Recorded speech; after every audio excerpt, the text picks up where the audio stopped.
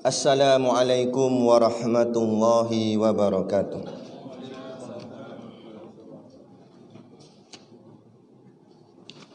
Ila hadrati Sayyidina wa Habibina wa Syafi'ina Muhammadin sallallahu alaihi wasallam wa ila arwahi abaihi wa ikhwanihi minal anbiya'i wal mursalin salawatullahi wassalamuhu alaihi wa alaihim ajma'in wa ala ali kulli wa sahabati wal qarabati wat tabi'in wa tabi'it tabi'in bi ihsanin ila yaumiddin wa ila arwahi walidina wa muallimina wa dzawil huquqi alaina ajma'in bisiril Fatihah. Bismillah.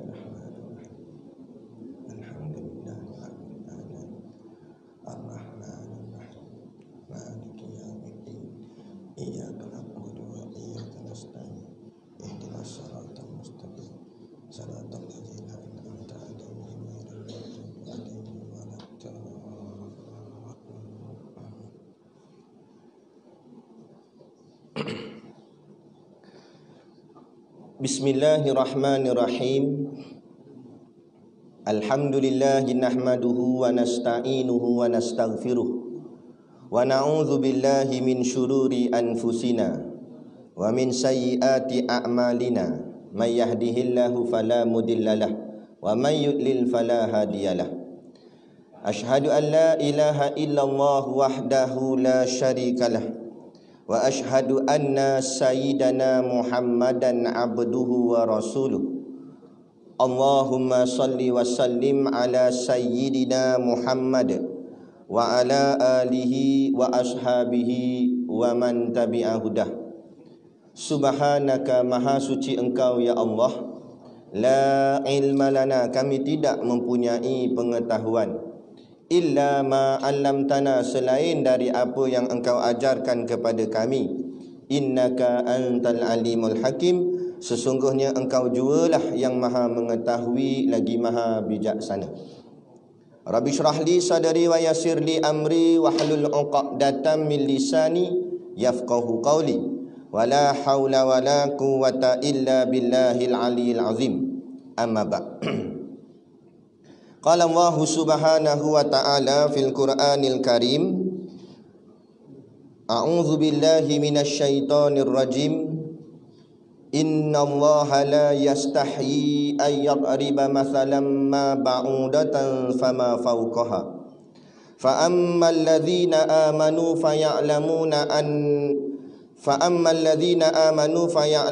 annahul haqqu min rabbihim wa ammal ladzina kafaru fayaquluna madza aradallahu bihadza mathala yudillu bihi katsiran wa yahdi bihi katsiran wa ma yudillu bihi illal fasiqin.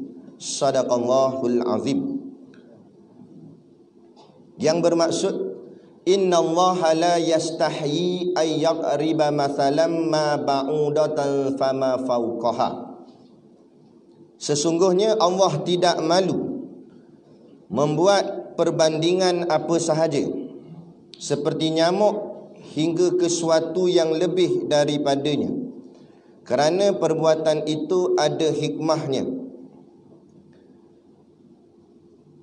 Fa ammal ladzina amanu, yaitu kalau orang-orang yang beriman, faya'lamuna annahul haqqu min rabbihim, maka mereka akan mengetahui bahawa perbandingan itu benar dari Tuhan mereka.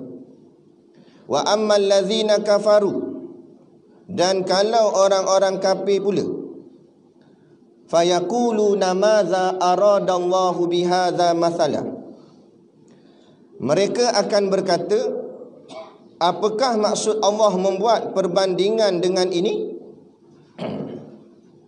Yudillu bihi katsira, jawabnya, Tuhan akan menjadikan banyak orang sesat dengan sebab perbandingan itu. Wa yahdi bihi katsira, dan akan menjadikan banyak orang mendapat petunjuk dengan sebabnya. Wa ma yudillu bihi illal fasiqin, dan Tuhan tidak akan menjadikan sesat dengan sebab perbandingan itu melainkan orang-orang yang fasik. Suratul Baqarah, lembu betina, surah yang kedua, pada ayat yang ke-26 daripada 286 ayat pada juzuk yang pertama. Pertama-tama sekali kita merafakkan setinggi-tinggi kesyukuran kehadраtillah Subhanahu wa taala yang dengan limpah dan kurnianya diizin oleh Allah Subhanahu wa taala pada kita pada malam ini berkesempatan untuk kita mengerjakan solat fardu maghrib secara berjemaah untuk bulan ini. Mungkin ini terakhir ke tak tahu. Kemudian dengan kuliahnya, Allah izinkan kita duduk di dalam majlis ilmu. Kerana majlis ilmu ni berkat, tuan-tuan. Sebab dalam hadis Nabi sebut, duduklah, Nabi kata ke sahabat, kalau kamu nampak ada taman-taman syurga, maka singgah dan duduklah. Maka sahabat tanya, ya Rasulullah, kami belum mati lagi dah, apa yang dimaksudkan dengan taman syurga tu? Maka kata Nabi, taman syurga adalah majlis yang di dalamnya ada menyebut tentang Allah, ada menyebut tentang aku Rasulullah, ataupun ada menyebut tentang Islam. Maknanya majlis ilmu. Maka majlis itu adalah sebahagian daripada Raudatul Jannah, yakni taman-taman syurga. Maka malam ni Allah izinkan kita duduk di dalam taman-taman syurga Allah di dunia. Maka kita harap Allah izinkan kita duduk di dalam syurganya yang sebenar nanti di hari akhirat kelak, insya-Allah. Amin ya rabbal alamin. Yang saya hormati pengerusi surau dan seluruh saf kepimpinannya, para imam, para bilal, tok-tok siap yang tak dapat kita nak sebutkan namanya satu persatu. Yang amat-amat disanjungi para asatizah, alim-alim ulama, tuan-tuan guru, ustaz ataupun ustazah yang hadir pada malam ini, mohonlah ditegur kepada hamba yang fakir dalam bidang ilmu ini. Sekiranya apa yang disampaikan dan dikongsikan ada salah dan silapnya. Yang kita kasihi ayah-ayah, ibu-ibu, pemuda-pemudi, muslimin dan muslimat yang dirahmati Allah sekalian. Baik. Nak kena kenal diri sekali lagi. Orang tak kenal tak? Sajad kenal lah. Okay, nama diberi Muhammad Syakir bin Nasuha. Berasal daripada Shah Alam, Selangor. Tapi sekarang menetap di Berwas, Perak. Jadi datang ke bumi tuan-tuan Terengganu ni untuk kembara dakwah sambil-sambil mencari dana sekolah lah. Patutnya dijadualkan sampai Jumaat, tapi apakan daya takdir Allah. Wa makaru wa makarallah wallahu khairul makirin. Kita merancang, Allah juga merancang, dan sebaik-baik perancang itu adalah Allah Subhanahu Wa Taala. Dah takdir sampai malam ni saja. Jadi tak apalah. Yang penting kita berkesempatan walaupun di saat-saat akhir. Tapi kita masih lagi berkesempatan. Allah izinkan kita duduk di tempat yang terbaik, tempat yang berlipat kali ganda pahalanya, tempat yang dinaungi oleh para malaikat, iaitu majlis ilmu seperti ini, insya-Allah. Baik, jadi malam ni ahli jawatan kuasa tak bagi tajuk apalah. Tanya tajuk apa malam ni? Dia kata bebas. Jadi tajuk kita malam ni, tajuk dia bebas. Jadi kita akan syarah apa tu bebas. Tapi tak apalah. Saya ni ada tajuk ke tak ada tajuk sama je. Jagi lari kat tajuk. Jadi baik tak payah pergi tajuk pun tak apa. Jadi malam ni lagi pun malam terakhir kuliah. Mana-mana, bukan sini je, mana-mana negeri pun. Jadi kita berkait dengan isu semasa lah. Yang terutama isu yang tengah sibuk. Duk WhatsApp ni tang naik. Lambat seminit dia baca. Tengok kat 100 dah. Duk main WhatsApp tu. Tu pelik gak, corona je, corona gak. Dia sibuk baca WhatsApp, orang suruh baca Quran. Duk kalut masing-masing, duk main WhatsApp tu. Tapi tak apalah, tajuk kita berkenaan dengan isu yang kita tengah dilandai ni. Bukan setakat di Malaysia, malah di seluruh dunia. Kan? Jadi seperti mana ayat yang saya petik tadi dalam suratul Baqarah ayat 26. Kita bacakan balik, kemudian kita tengok apa makna ayat ni. Allah kata, innallaha la yastahyi ayyadriba mathalan ma ba'udatan fama fawqaha. Artinya sesungguhnya Allah la yastahi, Allah tidak malu, ayat riba membuat mathalan, contoh atau misalan, ma ba'udatan fama fauqaha, seperti apa, yakni seperti nyamuk, fama fauqaha atau yang lebih daripadanya. Di sini dalam kitab tafsir sebut maksud lebih di sini boleh jadi lebih besar atau lebih kecil. Tapi kalau kita nak kaitkan dengan konteks yang apa berlaku pada keadaan kita sekarang ni, nyamuk tu kecil dah. Jadi ayat ni betul kata. Allah kata Allah tak malu nak buat satu contoh, satu misalan yang lebih daripada nyamuk tu sendiri. Nyamuk kecil dah. Allah hantar corona ni lagi kecil daripada nyamuk. Dahsyat tak dahsyat? Bumi punya luas. Kita manusia badan besar-besar, sehat-sehat. Jenis apa nama siap angkat berat pun ada, yang jenis angkat besi. Badan sadar. Tuan-tuan tahu tak apa makna sadar? Orang sekarang sebutkan, badan dia sadar. Sadar ni asal perkataan besar bodoh. Betul, disingkatkan jadi sadar. Ni betul ni. Tulis dalam nota. Tak sungguh badan dia besar. Orang KL dia macam tu. Orang KL ni dia suka sikit-sikit bodoh belakang. Besar bodoh, lapar bodoh, semua bodoh. Kalau belah Perak kami ni banyak mampu, lapar nak mampu, dia kata. Bagus kan, ingat mati. Tapi nak ceritanya gitu. Makna kata badan kita hebat-hebat, besar-besar, tapi Allah hantar satu tentera dia yang halus kecil je, sehingga kan mata kasar pun tak nampak. Nak tengok macam ni tak nampak. Kecil halus, kena pakai mikroskop nak scan masuk ke dalam tu baru nampak. Cik, tapi kecil-kecil dia ranap dunia. Jadi menggelabah habis dunia hari ni. Ekonominya habis. Ada orang hantar video kat saya, negara luar lah, kat negara kita ni dah jadi, nak jadi sikit. Berebut-rebut nak beli barang. Negara kita pun jadi dah, cuma masih lagi boleh dikawal sikit lah. Negara luar sampai rempuh habis pintu-pintu shopping mall tu. Nak pergi beli barang, beras apa semua, berebut-rebut sampai berpijak-pijak. Di sini kita nak tengok Allah. Kan kita kadang-kadang kita belajar dengan ustaz-ustaz cerita tentang huru-hara hari kiamat. Ini belum lagi betul-betul berlaku huru-hara hari kiamat, tapi kita dah saksikan orang memijak orang. Kita pernah dengar kan ustaz-ustaz ajar kata, kalau nanti bila berlakunya huru-hara hari kiamat, ayah tak pedulikan anak, mak tak pedulikan anak, anak tak pedulikan mak, tak pedulikan siapa-siapa, masing-masing diri masing-masing. Lah ni dah berlaku sikit bahagian tu. Orang tak peduli dah kemanusiaan. Orang duk pijak atas orang. Yang penting dia dapat dulu. Yang penting dia selamat dulu. Yang penting dia nak nyawa dia dulu. Tak kisah siapa dah. Habis. Hilang dah kewarasan akal manusia. Allah hantar tu, nama dia corona. Ni Allah sebut dalam ayat ni. Allah tak malu nak buat bandingan atau buat contoh perumpamaan sesuatu yang lebih kecil lagi daripada nyamuk tu sendiri. Fa ammal ladzina amanu faya'lamuna annahul haqqu mir rabbihim.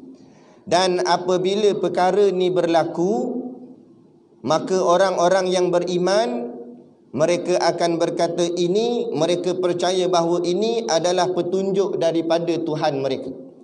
Faya'lamuna annahul haqqu mir rabbihim. Ini benar petunjuk daripada Tuhan mereka. Orang yang beriman akan fikir begini. Adapun wa ammal ladzina kafaru, adapun orang-orang kafir, orang-orang kafir, fayaquluna madza aradallahu bihadza mathala. Orang kafir dia akan buat timbul soalan, kenapa Allah buat contoh ataupun Allah buat seperti ini? Dia tak nampak apa sebab ni. Kenapa datang virus ni? Kenapa datang wabak ni? Ada orang beriman, dia nampak wabak ni bukan semata-mata pada sisi zahirnya, memang kita kata daripada Wuhan, daripada orang makan kelawar lah, apa lah, macam-macam lah. Tapi dari segi hakikat, orang yang beriman nampak wabak ni daripada siapa? Daripada Allah. Macam sekarang ni kita tengok umrah kita disekat. Tak boleh masuk Masjidil Haram, tak boleh masuk Masjidil Nabawi.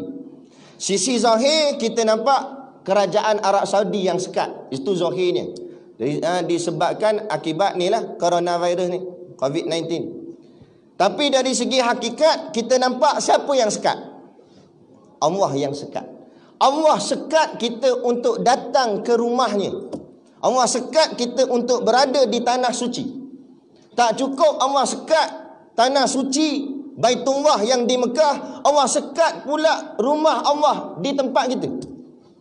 Masjid-masjid disekat. Boleh, tapi ulama kata boleh lagi kita buat solat, cuma jangan dalam kelompok yang besar. Jangan sampai tak azan dah pula. Tok Bilal kata cantik Pani tak payah azan dah, tidur. Jangan. Azan tetap kena azan, tu syariat. Tetap kena azan. Lepas tu dalam kelompok yang kecil tu imam dengan beberapa ahli jawatan kuasa masjid teruskan solat berjemaah, ianya fardu kifayah. Tak boleh tinggal juga. Nak kena teruskan juga. Cuma tak buat dalam kelompok yang besar. Seperti mana macam solat Jumaat dan sebagainya. Kemudian majlis-majlis, aktiviti program seperti inilah, kuliah agama dan sebagainya tidak dibenarkan, kerana bila buat kuliah macam inilah dia jadi ramai kan. Jadi itu apa yang berlaku. Jadi orang beriman dia akan nampak ini datang daripada Allah, ujian daripada Allah, petunjuk daripada Allah, apa benda yang Allah nak tunjuk. Kemudian kalau orang kafir, dia akan buat persoalan, kenapa ni datang, apsalah, susah nampak. Ni dalam ayat Quran Allah sebut. Kemudian apa lagi? Kemudiannya Allah menjawab persoalan orang-orang kafir apabila mereka buat persoalan, kenapa virus ni datang, wabak ni datang. Maka Allah jawab, yudillu bihi kathiran. Kata Allah, aku nak sesatkan ramai orang. Kemudian lagi Allah kata, wa yahdi bihi kathiran. Dan aku juga nak memberi petunjuk kepada banyak orang. Dalam erti kata makna, Allah kata Allah nak sesatkan sebahagian, Allah juga nak memberi petunjuk pada sebahagian. Kemudian Allah kata, wa ma yudillu bihi illal fasikin. Dan tidaklah orang yang Allah sesatkan itu melainkan orang-orang yang fasik. Fasik nak kena kenal dulu, siapa fasik? Fasik ni asalnya dia orang Islam. Dia orang Islam, tetapi dia mengingkari Islam. Ataupun tidak taat kepada perintah Islam. Ini termasuk dalam golongan fasik. Ulama kata fasik dengan kafir lain. Kafir tu terang-terang dia kafir. Terang-terang dia sembah topekong, digelar atas dahi macam YB Julutung, contohlah. Contoh nak bagi faham. Itu kafir. Tak, fasik ni dia IC Islam, nama Islam, tapi dia tak suka ikut cara Islam. Ini fasik. Yang disebut dengan kata lain, orang fasik ialah orang yang menderhakai, derhaka terhadap perintah Allah. Maka dalam ayat ni Allah kata, aku tidaklah sesatkan melainkan orang-orang yang fasik. Orang yang fasik ni akan jadi sesat. Maknanya di akhir zaman ni Allah nak tapis. Yang tinggal nanti betul-betul yang pure iman dia, yang betul-betul beriman. Adapun yang main iman ciput-ciput, habis. Takut goyang iman dia, duduk dalam kelompok fasik, kemudian habis jadi kafir. Sebab apa saya cakap gini? Ini sebab apa saya pilih ayat ni pada malam ni. Macam kita lah, mungkin ada yang kita nak beri penjelasan juga. Mungkin ada yang pertikai, kenapa masjid nak kena tutup, kenapa disko tak tutup, kenapa ini dan sebagainya.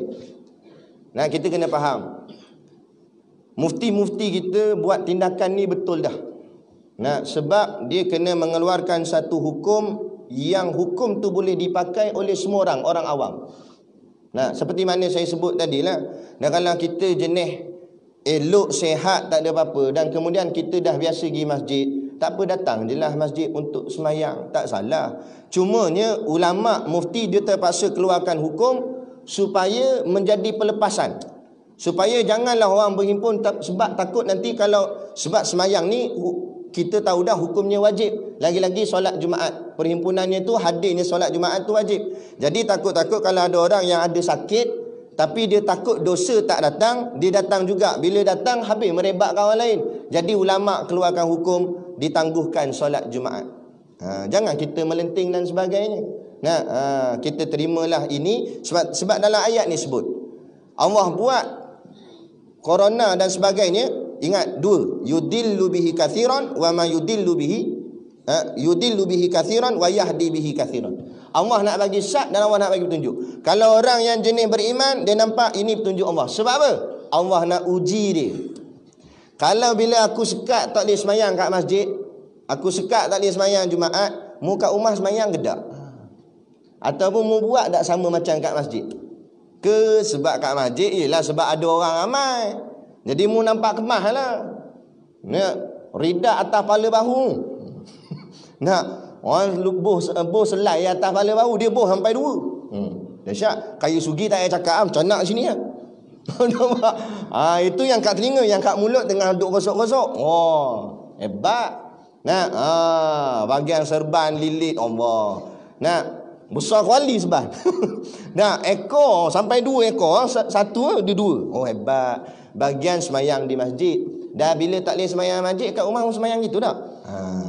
Allah nak test dah. Allah nak uji sebenarnya kita. Kalau orang beriman, kalau betul-betul iman dia macam saya sebut tadi, Allah tapih. Kalau pure sungguh iman dia mantap, kat rumah pun dia akan semayang sama macam dia semayang di masjid. Semayang di masjid je ni. Semayang ni penuh. Kadang-kadang angkat takbir, macam nak masuk jin angkat takbir. Nampak? Makna nak tunjuk sungguh-sungguhnya dia khusyuk, bergegar-gegar jari-jari tu. Ada kalau kat rumah macam ni. Gitu. Ada, mana tak betul lah. Mu buat bukan kerana Allah lah. Habis lah rosak. Yang ni yang kita takut ni. Ni Allah sedang uji kita. Dari satu sudut kita nampak ianya penyakit. Dari satu sudut Allah sedang uji penyakit rohani kita. Bukan semata-mata penyakit jasmani. Penyakit jasmani tak ramai kena. Corona dalam Terengganu berapa sangat? Banyak sangat kes. 4 kes kalau tak silap saya. Negeri yang paling sikit kes corona Terengganu, dengan wilayah Labuan. Tapi wilayah Labuan tak pelik mana dia kecil je. 4 kes je. Negeri-negeri lain banyak-banyak, lambat-lambat. Jadi maknanya kalau nak chance ataupun peluang nak kena corona pada kita ni, mungkin susah sikit lah, payah. Sebab kes tu terpencil sikit pada tempat kita. Tempat di Selangor, Kuala Lumpur lain lah cerita. Tapi jangan kita pandang selamat kat situ je. Tapi sedang Allah uji dalaman kita. Rohani kita tu sebenarnya. Sebab tu kalau orang yang beriman, dia nampak benda ni. Sebab tu kalau kita faham, penyakit ni dulu mula-mula orang panggil apa? Sebelum nama dia corona, orang panggil penyakit Wuhan. Betul tak? Sebab datang daripada Wuhan. Cuba kita belik hadis. Kita akan jumpa satu hadis yang Nabi sebut penyakit Wuhan. Bunyi macam sama. Satu Wuhan, satu Wuhan. Wuhan tak ada hadis. Wuhan ada hadis. Wuhan doktor kata. Wuhan Nabi kata. 1400 tahun dulu Nabi kata dah. Hubbud dunya wa karahiyatul maut. Cinta dunia dan takut mati. Nampak tak? Kenapa Nabi kata cinta dunia dan takut mati? Bila jadi kes gini, nampak? Kerajaan pusat mengeluarkan arahan, kedai-kedai ditutup. Jenis orang bisnes yang pandang dunia, nampak? Dia akan apa ni? Habis aku. Nampak? Habis macam mana aku ni? Dunia habis Dia nampak dunia ni bergantung dengan projek dia, niaga dia. Dia tak nampak rezeki yang dia kecap selama ni Allah beri. Nampak? Dia dah nampak tebal di hati dia hubbud dunia, cinta dunia. Kemudian Allah kata, Nabi kata dalam hadis, wa karahiyatul maut. Karahiyah ni asal perkataan karaha. Karaha tu artinya benci. Karahiyatul maut artinya benci kepada kematian. Takut sangat kepada mati ni, takut sangat pada corona. Dia kata, kalau kena ni mati. Dia takut sangat dengan corona, takut sangat dengan nak mati ni. Lebih takut daripada dengan Allah sendiri. Yang ni sebab tu ulama besar janganlah kita takut dengan wabak ni, lebih takut kita kepada Allah Subhanahu Wa Taala. Habis jadi rosak, hati jadi rosak. Ini Allah sedang uji rohani kita. Tak apalah langkah-langkah pencegahan. Kita pakai hand sanitizer lah, apalah macam-macam lah. Tutup mulut ke apa. Ini teruk bukan pakai mask dah, dia pakai topeng welding terus. Takut sangat. Dia ingat malaikat maut tak boleh cam muka dia. Takut sangat apa. Kita ginilah tuan-tuan. Mana-mana kuliah saya pergi, saya cakap ni lah, bagi pesanan pada kita semua masyarakat awam. Memanglah kita takut juga, dengan saya pun takut. Takut. Maksud saya tempat kami duduk di Perak tu dekat dengan Pantai Remis. Nama tempat tu Pantai Remis. Pantai Remis ni lah makna kata pekan kami lah, nak buat beli barang, situlah banyak kedai-kedai. Kan? Kami duduk belah kampung dalam sikit. Jadi nak beli barang kena pergi pekan lah. Pekan kami Pantai Remis. Nah, cerita ni lama dah, kat 2 bulan lepas. Tiba-tiba ada orang hantar mesej kat dalam grup-grup kawasan tu, grup-grup kampung, grup masjid. Dia kata ada suspek dah Pantai Remis. Allah. Jadi takut kita nak pergi Pantai Remis. Nak pergi beli barang takut. Tak kata nak pergi beli barang, pergi kuliah pun takut. Nah, jadi makna kata betul juga kita takut juga. Nah, tapi janganlah sampai kita takut, kita membelakangkan akan agama, membelakangkan Allah, nak membelakangkan Rasulullah sampai terlampau takut sangat. Rasa macam yang ni lah, habislah akulah. Padahal kita kena faham ayat Allah, kullu nafsin dha'iqatul maut. Setiap yang bernyawa pasti akan mati. Nah, kalau tak mati dengan coronavirus, mungkin mati kena langgar dengan kereta corona. Tak corona kan bunyi ni. Nah, kebun langgar mati juga, kena langgar kereta. Nah, tak corona cik manis. Tak cik manis sakit jantung. Ada je. Kedak pun tak ada, tidur-tidur mati. Ada, boleh. Allah nak buat. Lepas tu jangan tidur dalam kuliah. Ada. Tu cerita dia. Maknanya mati tu pasti dah. Tapi yang tak pasti benda. Allah kata, kadang-kadang tu imam, tok khatib dia selalu baca dalam khutbah. Ya ayyuhalladzina amanu taqullaha haqqa tuqatih wa la tamutunna illa wa antum muslimun. Apa makna dia? Biasa dengar ada ayat ni? Ke tidur dalam khutbah? Nah, ada kan tok khatib suka baca ayat ni selalunya. Ya ayyuhalladzina amanu taqullaha haqqa tuqatih. Wahai orang-orang yang beriman, takutlah kepada Allah dengan sebenar-benar takut. Wala tamutunna illa wa antum muslimun. Dan janganlah kamu mati melainkan dalam keadaan Islam. Yang tu sebenarnya. Mati tu pasti. Corona tak corona pasti mati. Kadang-kadang bukan sebab corona, tersedak batuk 2 kali mati. KO tu. Orang Terengganu kata apa? Balik awal. Balik awal. Awal dia balik dah. Tu kata. Mati dia. Bila mati yang kita nak balik tu, mati tadi tu bawa balik apa? Iman ke tidak? Islam ke tidak? Yang tu je. Mati tu confirm mati dah. Cuma cepat atau lambat. Tapi bawa balik apa? Kalau hanya risau corona, kafir pun risau juga. Dah apa beza kita Islam dengan kafir? Kafir risau corona, kita pun risau corona. Tapi yang lebih kita risau kalau kena corona, kemudian iman kita rosak. Mati dalam keadaan tidak sempat bertaubat kepada Allah. Yang tu lebih kita takut. Tapi orang kafir, dia takut mati, dia takut meninggalkan dunia ni. Dia takut habislah harta dia dan sebagainya. Jadi kalau kita pun takut meninggalkan dunia kerana takut habis harta kita sebagainya, dah apa beza kita Islam dengan kafir? Kalau macam tu tak payah pakai kopiah. Ambil kapur buah 3 line atas dahi. Nampak? Dah jadi kafir kat sama je. Kan? Jadi biar kita ada beza. Kita orang beriman, kita ada Quran, kita ada hadis. Jadi biar kita pegang seperti mana yang dalam ayat ni sebut. Allah kata, aku tunjukkan, aku nak aku menyesatkan sebahagiannya dan aku memberi petunjuk pada sebahagian. Moga-moga kita jadi pada golongan yang dapat petunjuk daripada Allah. Bila kita nampak walaupun Allah sekat tak boleh pergi Mekah Madinah, Allah sekat tak boleh buat solat Jumaat, Allah sekat itu dan sebagainya, tapi sekatan itu langsung tidak menggugatkan iman dan amal ibadat kita. Kita buktikan pada Allah, walaupun engkau tidak benarkan kami solat jemaah di masjid, kami dirikan jemaah di rumah kami. Walaupun engkau tidak izinkan buat solat Jumaat dan sebagainya, aktiviti di masjid, tapi kami akan terus baca Quran dan sebagainya, buat amal begitu lagi banyak. Kita tunjukkan pada Allah, walaupun kita duduk hanya di rumah. Kalau itulah hati orang yang beriman. Tapi kalau hati si fasik macam tadi ni, Allah sebut wama yudillu bihi illal fasikin. Dan tidaklah aku sesatkan melainkan orang-orang yang fasik. Orang fasik ni orang yang suka sonok-sonok, tak peduli pasal Islam. Bila dia dengar mufti kata tak payah pergi sembahyang, lagi dia syok.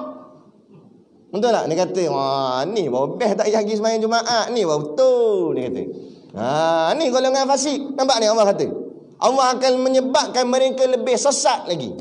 Tu moga-moga kita tak masuk dalam golongan tu. Moga-moga kita tak masuk dalam golongan tu. Ada yang golongan yang menyalahkan golongan tabligh, ni termasuk fasik kan. Tabligh ni walaupun kita bukan ahli tabligh, tetapi kita kena menyokong segala perkara-perkara yang baik. Orang tabligh buat kerja baik yang mungkin kita semua tak mampu nak buat. Mereka boleh datang dari rumah ke rumah, dari rumah ke rumah. Kadang-kadang ada yang dihalau, kadang-kadang macam-macam hal. Ada kawan saya, dia jadi tabligh, dia cerita pengalaman ni. Nak bagi-bagi salam, kawan tu buka pintu tengah asah parang. Sini. Nak apa? Tak jadi tu kot. Dia kata macam-macam hal. Ada dihalau, tapi mereka tabah terus juga buat kerja dakwah, menyampaikan risalah agama. Macam kami ustaz-ustaz gini, ceramah gini. Tapi nak pergi rumah ke rumah pun kadang-kadang kami tak mampu, tapi mereka mampu. Kemudian Allah uji.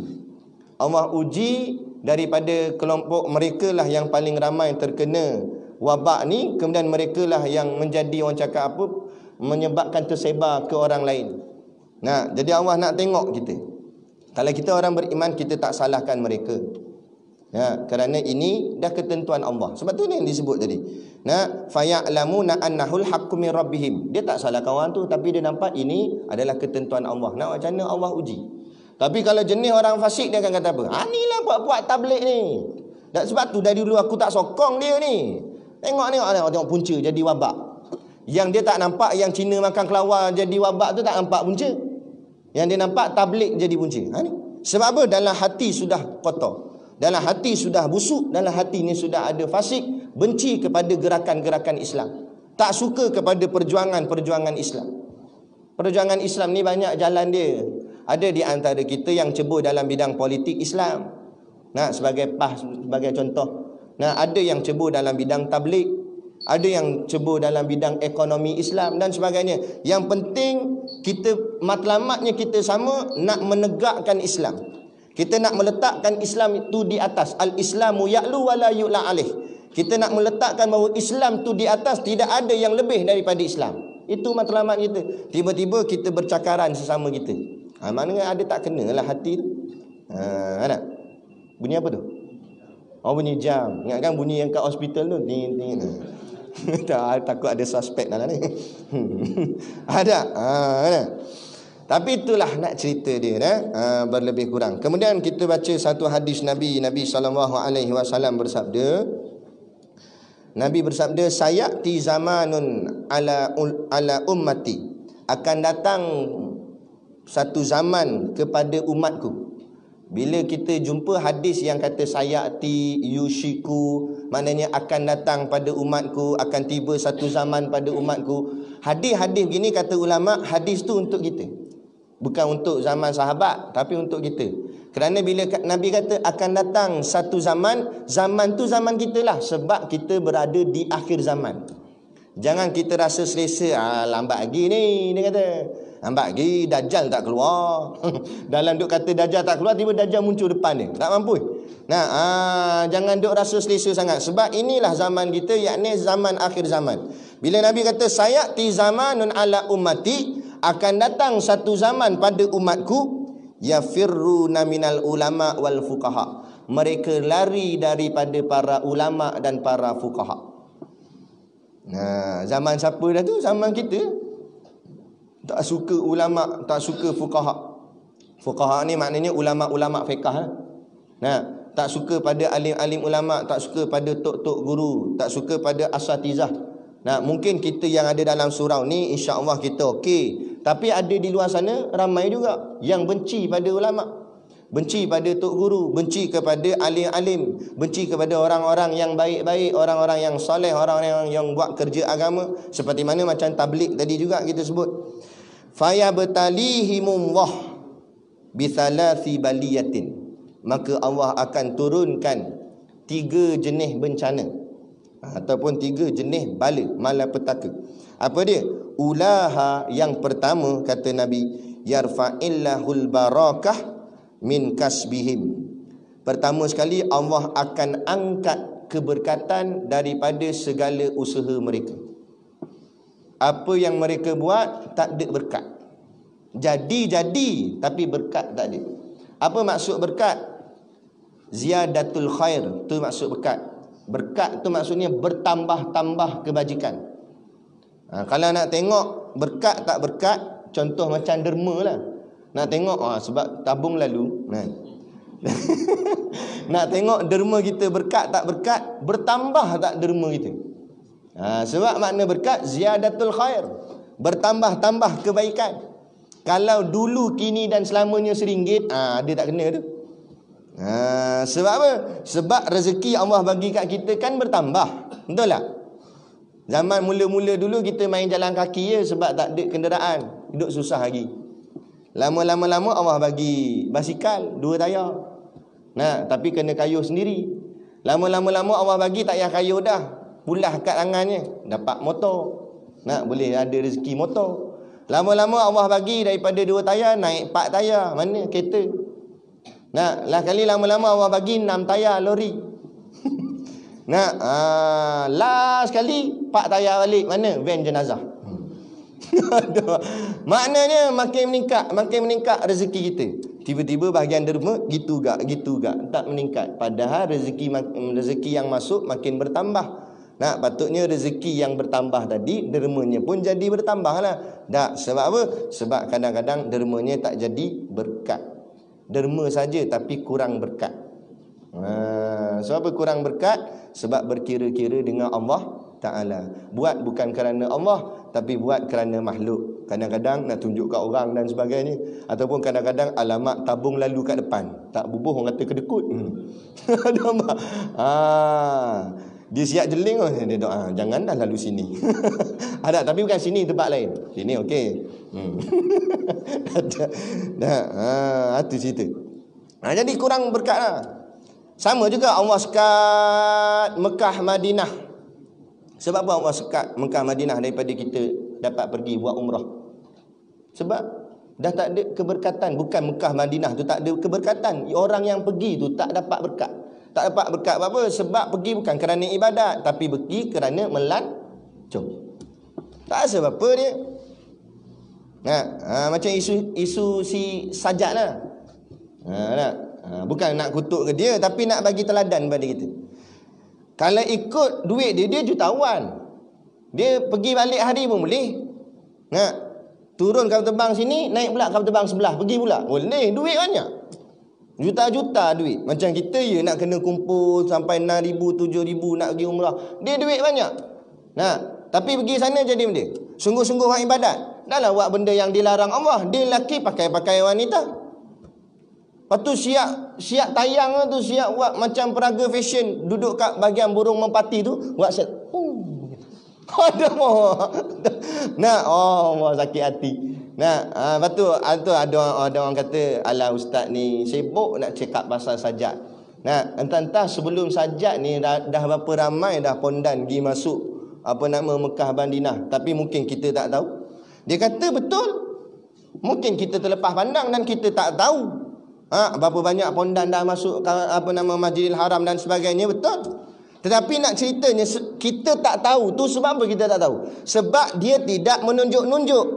Zaman hari ini punya masyarakat, dia menunjuk-nunjuk benda yang salah, berbangga-bangga dengan dosa yang dia buat.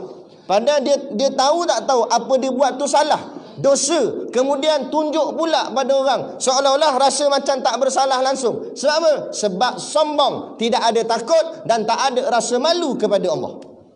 Ni yang jadi rosak. Yang ni lah punca Allah turunkan balik. Lepas tu kita cakap zaman dulu ada je orang minum arak, betul tak? Bukan zaman lah je, zaman dulu lagi ada orang minum arak.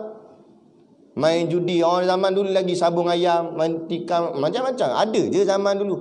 Orang tak semayang, ada juga zaman dulu, ada je orang tak semayang. Tapi kadang-kadang orang zaman dulu ni buat maksiat sorok-sorok. Sorok-sorok. Ada yang minum arak tapi kat rumah je tak tunjuk kat orang. Tak semayang, duduk senyap-senyap kat rumah. Tak tunjuk kat orang. Lani punya zaman, minum arak, letak dekat gambar kat Facebook tu, pegang botol arak. Tengok bagian religion, bagian agama tulis Islam, tapi pegang botol arak, bangga pula tu. Nak bangga dengan maksiat. Ini lebih Allah murka, lebih Allah marah. Nah, kalau kamu buat maksiat tapi kamu rasa bersalah, boleh tahan kira. Ni kamu buat maksiat, lepas tu tak rasa bersalah, lepas tu siap belagak tu, tunjuk kat orang. Ni yang Allah murka ni. Kesombongan nama dia. Ada kata. Contohnya, bukan kita nak kata Nabi Adam salah, tak. Tapi ini Allah buat sebagai satu bentuk peristiwa untuk kita ambil teladan. Nabi Adam makan buah khuldi. Ulama jawab makannya kerana keinginan. Dalam bahasa Arab, keinginan dipanggil syahwah. Maknanya keinginan dia nak makan, akhirnya dia makan. Jadi bila dia makan buah yang dilarang, Allah marah, dia rasa bersalah. Dia rasa bersalah dan dia mohon ampun pada Allah, taubat. Berbeza dengan salahnya si iblis. Sebelum tu kita nak tanya tu. Iblis ni yang Allah murka sangat sampai Allah laknat dia, dia buat salah apa? Dia buat dosa dia. Ada pernah dengar iblis tikam nombor ekor? Ada. Nampak? Iblis minum arak dia? Tak juga. Arak tu air kencing setan, dia takkan minum air kencing dia sendiri. Nampak? Setan jantan rogol setan betina dia? Tak juga. Habis yang jahat sangat setan ni apa hal ni? Yang sampai Allah murka, Allah laknat dia. Sebab apa? Sombong. Satu tu je. Kerana dia sombong. Sebab tu ulama kata sombong adalah selendang Allah. Maksud selendang Allah artinya kepunyaan Allah. Allah yang layak sombong. Allah kalau kita baca dalam 99 Asmaul Husna, salah satu nama Allah Al-Mutakabbiru, yang maha sombong, yang maha megah. Sebab apa? Sebab makna sombong tak ada siapa boleh lawan dia. Layaklah pada Allah. Allah sombong dengan ilmu dia. Memang siapa lebih cerdik daripada Allah? Allah sombong dengan kekuasaan dia. Memang siapa lebih kuasa daripada Allah? Tapi makhluk pegang sombong tak boleh. Sebab ada yang lebih hebat daripada dia. Kita nak sombong dengan ilmu, ada orang lebih cerdik daripada kita. Kita nak sombong dengan kuasa, ada orang lebih berkuasa daripada kita. Tak boleh gimana. Tapi Allah tak ada. Nak sombong dengan jawatan, kan? Macam kerajaan yang lepas. Nak sebenarnya poin dia nak cakap yang tu lah. Dia kondang-kondang dulu. Sombong. Nak gimana sombong? Bila Allah dah sentak, tarik balik, kan nak jadi apa? Jadi rakyat biasa. Tu yang jadi meroyan. Nampak? Tak habis-habis pam cakap macam gila seorang-seorang. Kita tak payah layan. Sebab kata tok guru kami, kerja kita macam jadi postman, hantar surat. Bila kita hantar surat, kan ada anjing kat rumah orang kafir biasanya kan. Anjing wong dia. Kita jangan layan lah. Ini kita tinggal surat, kita pun duduk cangkung, wong balas balik. Dah kan jadi anjing juga namanya. Jadi tak payah peduli. Nanti tuan dia datang, marahlah anjing ni. Kita pula. Jadi kita buat gitu tak? Jangan payah layan. Kita buat kerja kita untuk tegakkan agama, tegakkan Islam. Sudah. Tak payah layan puak-puak ni. Kan? Lantak ke dia lah. Mana dah tadi? Hilang barakah tadi.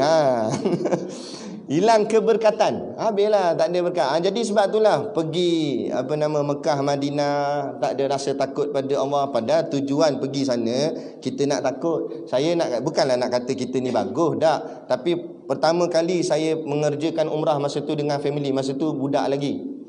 Remaja masa tu. Mak saya lah, dia ada duit pencen lebih, dia kata nak bawa anak-anak sekali lah, dia pun bawa. Kami pergi, saya dengan adik saya. Tu first time. Dah faham lah zaman remaja kita nakal-nakal juga zaman remaja. Jadi masa nak pergi tu, masa kat airport Malaysia lagi risau dah. Airport sini baru, tapi risau dah. Allah, pergi sana nanti macam mana, takut sebab orang kata tanah ni tanah yang orang cakap tanah haram kan, tak lewat main-main.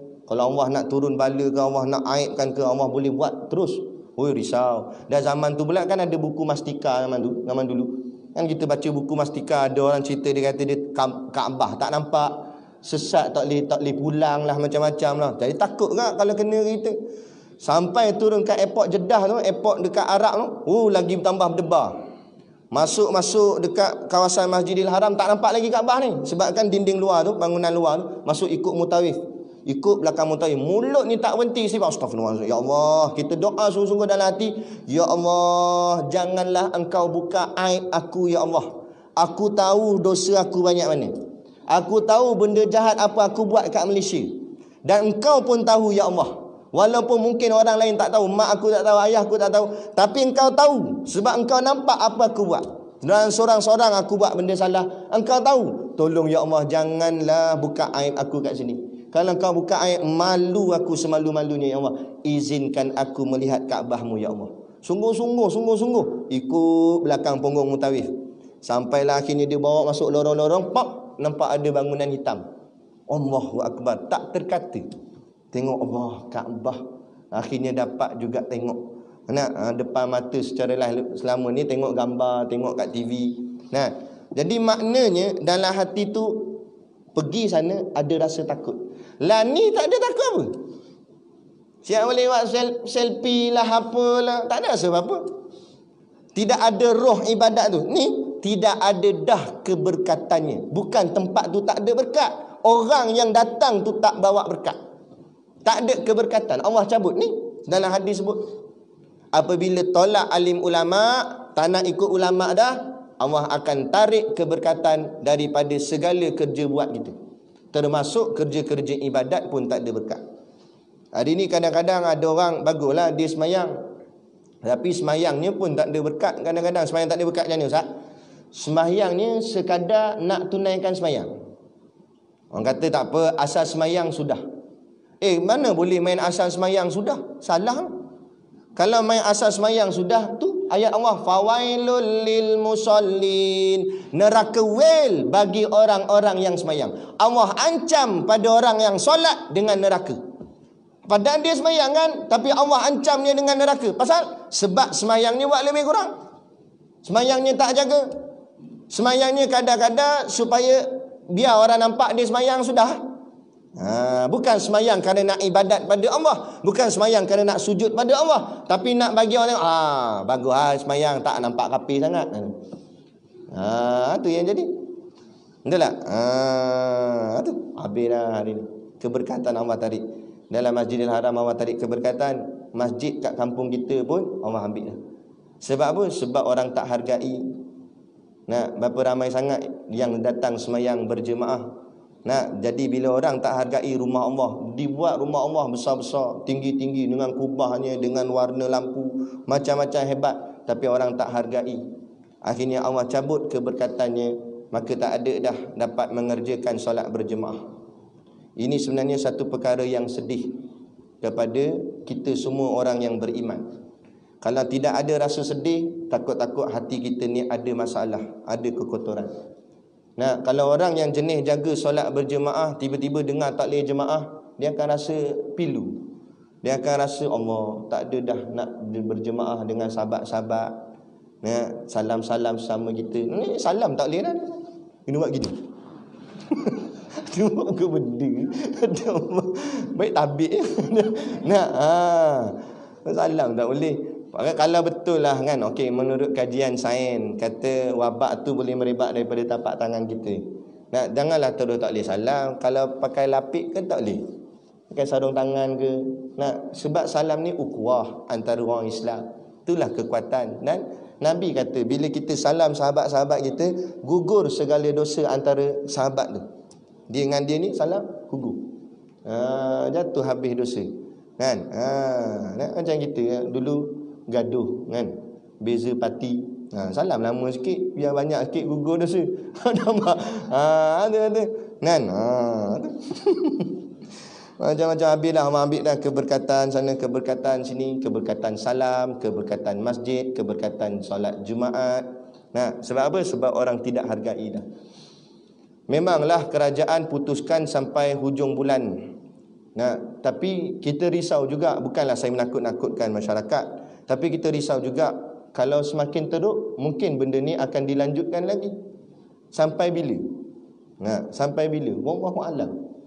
Perkara ni sebab tu kita kena betul-betul nak buktikan kepada Allah bahawa walaupun kita tak boleh dah solat jemaah ke kuliah dan sebagainya, tapi kita tetap mengerjakan ibadat walaupun di rumah. Kita nak tunjukkan pada Allah kesungguhan kita. Moga-moga Allah pulangkan balik segala nikmat-nikmat ni.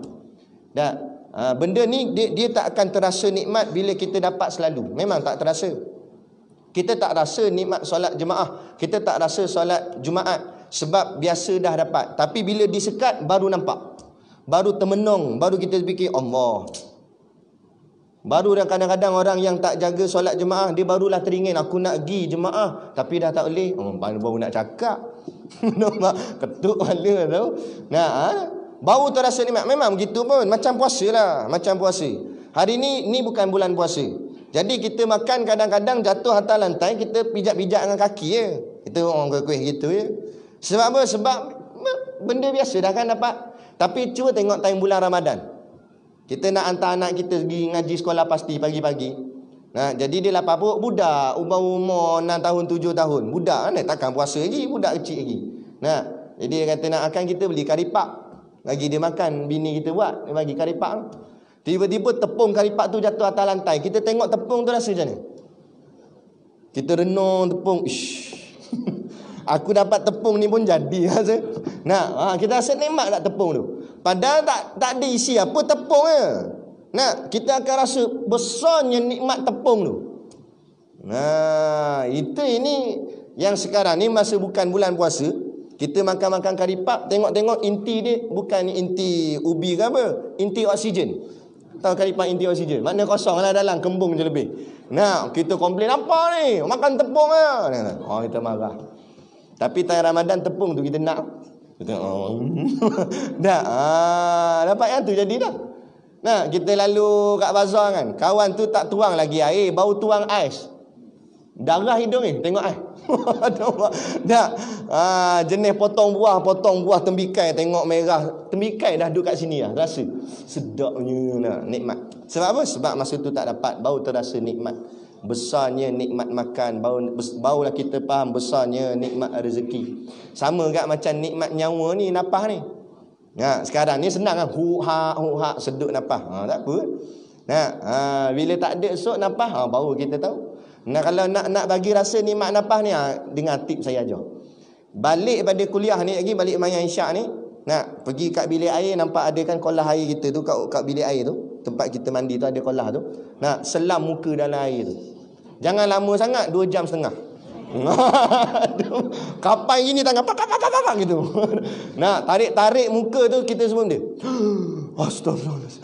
Allah. Kita sebut nama Allah. Baru kita rasa besarnya nikmat bernafas, walaupun sekali sedut.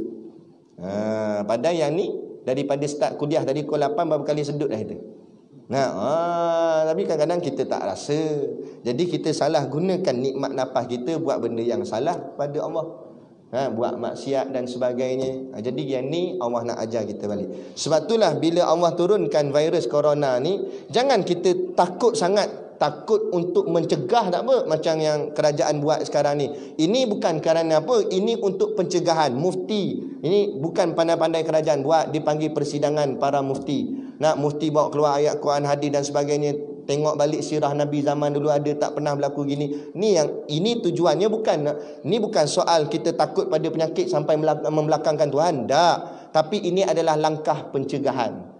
Ini kerana kita, orang cakap apa, untuk mengelakkan perkara yang lebih mudarat. Ini kisah dia. Jadi makna kata, inilah bila jangan kita pandang kita pada penyakit itu semata, tapi kita pandang apa yang Allah nak ajar pada kita bila Allah turunkan wabak ni. Apa benda yang Allah nak beri sebenarnya. Pandang pada penyakit tu, pandang sebalik. Jangan pandang penyakit, pandang apa yang kita dapat daripada penyakit. Sebab ghalibnya manusia ni, dia payah nak ingat Allah dalam keadaan senang. Tak? Saya muda-muda ni minat agak bola. Tapi bola saya geng Rik Jaya lah, merah kuning Selangor. Sebab tempat saya nak merah kuning Selangor kan, Rik Jaya. Jadi pengalaman lah tengok bola daripada kecil sampailah lah. Tak pernah lagi tengok orang bubuh bola masuk dalam gol lepas tu takbir. Ada? Nak tengok? Tak. Takbir. Ada? Tak. Dia sebut ni. Yahoo. Tak. Dia Yahoo. Nah, sonok dia tak sebut nama Allah. Dia sebut Yahoo. Lepas tu dia lari, main balik kan. Lari. Pasukan lawan masuk kaki celah kangkang dia. Kelepuk jatuh berlipat naik atas muka. Dia tengok macam kenal kaki ni kata. Bau-bau dia kenal ni bau kaki dia punya. Berlipat dah naik atas muka. Dah tu masuk dalam ambulan. Masa dalam ambulan tu dia nak sebut Yahoo ke apa? Yahoo, kaki patah. Nak bongok lah itu. Nah, dia sebut nama siapa? Allah. Nah, sebut nama Allah. Dia akan sebut nama Allah. Sebab apa? Sebab dia tengah sakit. Dia tengah susah. Lepas tu kadang-kadang Allah bagi kita susah begini, Allah bagi kita sakit begini, sebab Allah nak kita ingat pada dia. Lepas tu kita cakap, jangan takut ke corona sampai tak ingat Allah dah. Jadi kalau kita orang beriman, walaupun disekat tak pergi masjid dan sebagainya, tapi kita rasa takut kepada Allah kerana kita pandang ini bukan sekadar sakit, bukan sekadar penyakit, tapi ini adalah teguran daripada Allah. Kerana mungkin dosa-dosa kita, maka kita taubat sungguh-sungguh, kita baca Quran, amalkan bacaan suratul Mulk, suratul Kahfi dekat rumah dan sebagainya, teruskan buat ibadat. Sekarang pun kerja pun stop kan, tak ada kerja apa semua. Yang inilah masa dia, orang beriman dia akan nampak, oh ini Allah dah bagi aku masa untuk aku fokus pada akhirat. Sebab apa? Sebab sebelum-sebelum ni aku duk sibuk dengan dunia. Betul tak? Sibuk sana, sibuk sini, sibuk dengan bahagian dunia. Sekarang Allah stopkan dunia aku sekejap, sebab Allah nak suruh aku fokus pada akhirat. Sebab tu kalau orang pandang wabak ni dengan mata hatinya yang penuh keimanan, maka dia akan nampak Allah nak jadikan wayahdi bihi katsira. Allah nak berikan petunjuk kepada mereka orang-orang yang beriman. Tapi kalau dia tak pandang dengan hatinya dengan penuh iman, maka takut-takut dia akan masuk dalam nak yudillu bihi katsira. Allah nak sesatkan mereka-mereka yang tidak memandang. Ini adalah daripada Allah Subhanahu Wa Taala. Nah, itu bala yang pertama bila jauh daripada ulama dalam hadis. Kemudian lagi Nabi kata wasaniyah, yang kedua, yusallitullahu taala alaihim sultanan zaliman. Kalau kita jauh daripada ulama, maka Allah akan berikan pemerintah yang zalim kepada kita. Ini dah berlaku dah sebelum ni.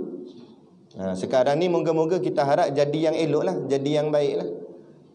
Lagipun tercatat dalam sejarah, nak menteri baca khutbah. Nak kita bangga sebagai jadi orang Islam, dan lebih bangga lagi yang baca khutbah menteri itu adalah orang kita juga, jemaah kita. Ayat ni kita nak supaya jadi contoh. Tapi kalau kita membelakangkan ulama, maka Allah akan hantar orang makna zalim, tidak meletakkan sesuatu pada tempatnya. Wada'u syai'i fi ghairi bimaudi'ihi. Meletakkan sesuatu bukan pada tempatnya. Patutnya meletakkan Islam tu di atas, tak diletakkan kafir lebih di atas daripada Islam. Ini yang dikatakan zalim. Yang ni. Jadi kalau kita tinggalkan ulama, itulah yang akan berlaku. Kemudian kata Nabi wasalithah, yang ketiga, kalau tinggalkan ulama, jaga iman. Tak apalah kalau terkena penyakit, tak kira lah corona ke benda, jasad kita mati tetapi hati kita tetap hidup. Hidup mana? Hidup dengan penuh keimanan. Daripada ada orang jasadnya hidup, segar-bugar, sehat, tak ada apa-apa masalah, tapi hatinya telah mati. Hatinya tak ada iman, hatinya tak ada Islam dalam diri dia. Nampak? Ini lebih parah. Jasad hidup jalan sana, tapi hati kosong, macam zombie. Jalan ke hulu ke hilir, tapi agama tak ada rasa apa. Tinggal semayang tak rasa apa. Macam kadang-kadang lah, kita kadang-kadang Allah buat saja je, Allah buat kita bangun terlewat. Malam tu entah buat benda dah, nak kaji sangat, sibuk kaji pasal corona, bukan Menteri Kesihatan pun. Tapi dia kalut situ, dia buat kaji pasal corona, pukul 3 pagi baru tidur. Tidur, esok pagi lewat bangun. Terlajak. Taklah terlajak mana sangat, pukul 10.30 pagi baru bangun. Tapi bila bangun 10.30 pagi tu jadi macam mana? Kalau orang yang ada takwa dalam hati dia, ada rasa takut pada Allah, bila dia bangun, astagfirullahalazim, Allah 10.5. Allah kelang kabut lompat tu daripada katil, terjun terus dalam kolah. Ada mak kong kelang kabut, ambil uduk apa semua, pak ganti balik sembahyang qada. Sebab dia takut kepada Allah.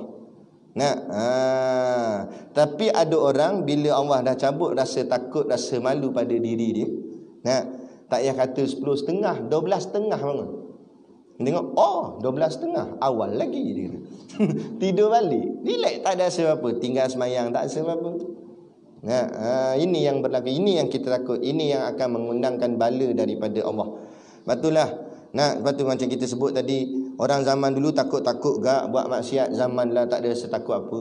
Kurang-kurang kalau hang tak semayang pun, bukanlah kita sokong dia tak semayang, tapi kurang-kurang kalau tak semayang pun segan-segan tu biarlah ada sikit.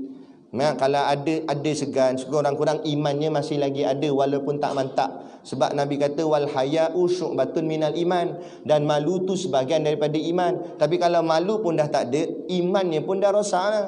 Takut tak ada iman pula kan. Nah, patut segan sikit mat. Dia waktu maghrib, tengah azan maghrib duk makan situ. Kalau buka puasa boleh tahan kira.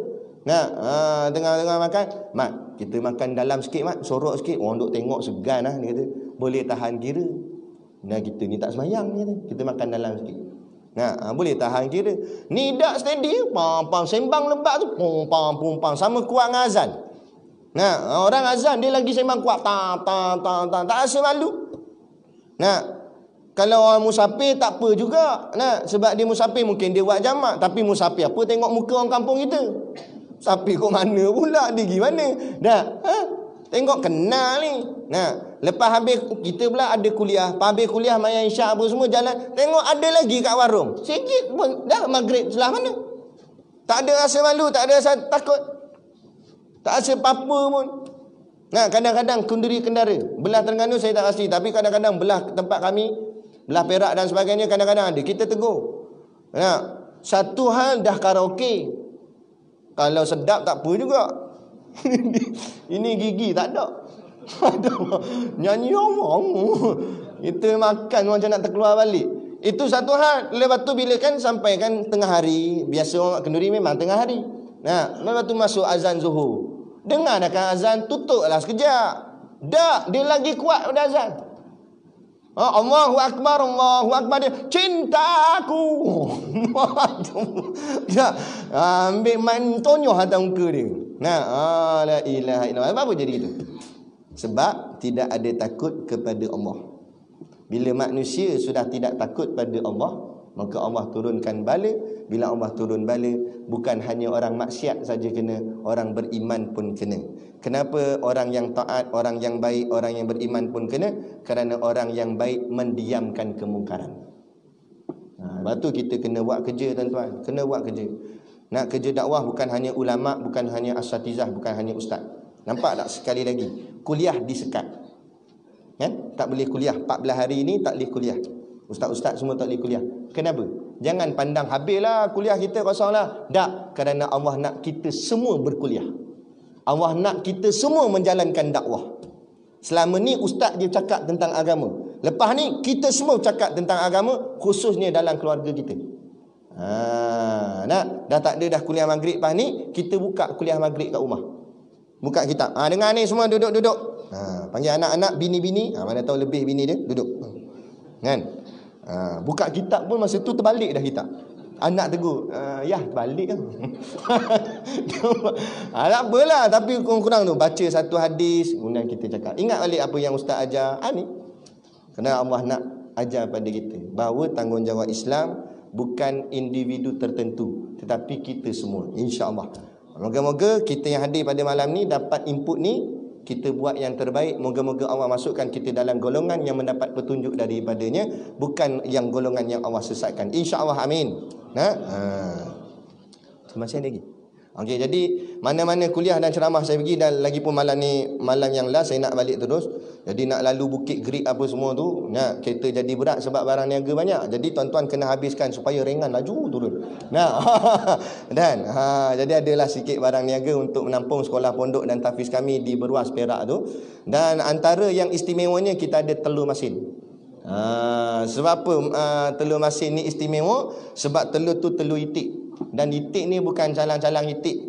Bukan itik-itik biasa. Itik ngaji pondok ni itik. Sebab itik tu duduk di pondok. Jenis itik sifat 20 ya. Jadi moga-moga insya-Allah kita pakat-pakat membeli sambil niat menderma untuk bantu perjuangan sekolah Ustaz Siddiq Noh. Guru saya tu. Jadi pakat-pakatlah bantu, moga-moga daripada perjuangan sekolah ni lah terhasil golongan alim ulama untuk masa depan umat kita akan datang insya-Allah. Jadi kadang-kadang itulah yang dapat kita kongsikan. Saya mohon maaf sekiranya terkasar bahasa atau mengguris hati mana-mana pihak. Apapun yang kita sampaikan ini untuk memahamkan masyarakat kita terhadap ajaran Islam yang sebenar insya-Allah. Jadi sekadar tu, wabillahi taufik wal hidayah. Wassalamualaikum warahmatullahi wabarakatuh. A'udzu billahi minasyaitonir rajim. Bismillahirrahmanirrahim. Alhamdulillahirabbil alamin. Wassalatu wassalamu ala asyrafil anbiya'i wal mursalin sayyidina Muhammad wa ala alihi wa sahbihi ajmain. Allahumma taqabbal minna salatana wa du'aana innaka antas samiul alim wa tub alaina innaka antat tawwabur rahim. Allahumma ja'al dinana dinan nabi Muhammadin sallallahu alaihi wasallam wa islamana islamal muslimin wa imanana imanal mu'minin wa salatana salatal khashiin wa a'malana a'malas salihin wa niyatana niyatal mukhlisin wa dhunubana ya Allah dhunubal mustaghfirin wa hayatana hayatal ulama wa mautana bimautis syuhada wa adkhinal jannata ma'al anbiya'i alaihimus salatu wassalam. Allahumma barik lana fi Rajabi wa Sya'ban wa balikna Ramadan. Ya Allah, berkatilah kami di bulan Rajab dan Sya'ban dan sampaikan kami di bulan Ramadan.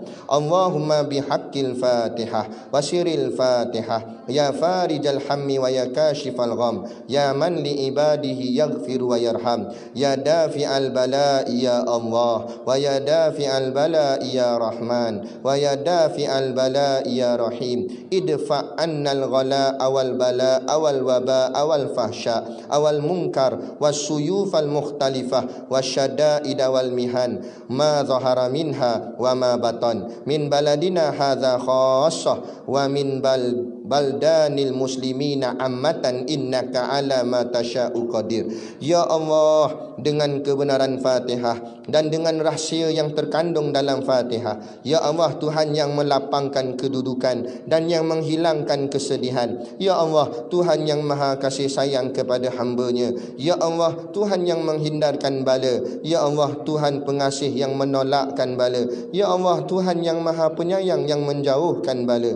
Tolakkanlah dari kami malapetaka, bala bencana, kekejian dan kemungkaran, sengketa yang beraneka, kekejaman dan peperangan yang tampak dan yang tersembunyi dalam negara kami khususnya dan dalam negara kaum muslimin pada umumnya. Sesungguhnya Engkau maha berkuasa atas segala sesuatu. Rabbana atina fid dunya hasanah wa fil akhirati hasanah wa qina azaban nar wa qina azaban nar wa qina azaban nar. Wa sallallahu ala khairi khalqihi sayyidina Muhammad wa ala alihi wa sahbihi wa sallam. Subhana rabbika rabbil izzati amma yasifun. Salamun ala mursalin walhamdulillahi rabbil alamin. Amin ya rabbal alamin. Taqabbalallahu minna wa minkum.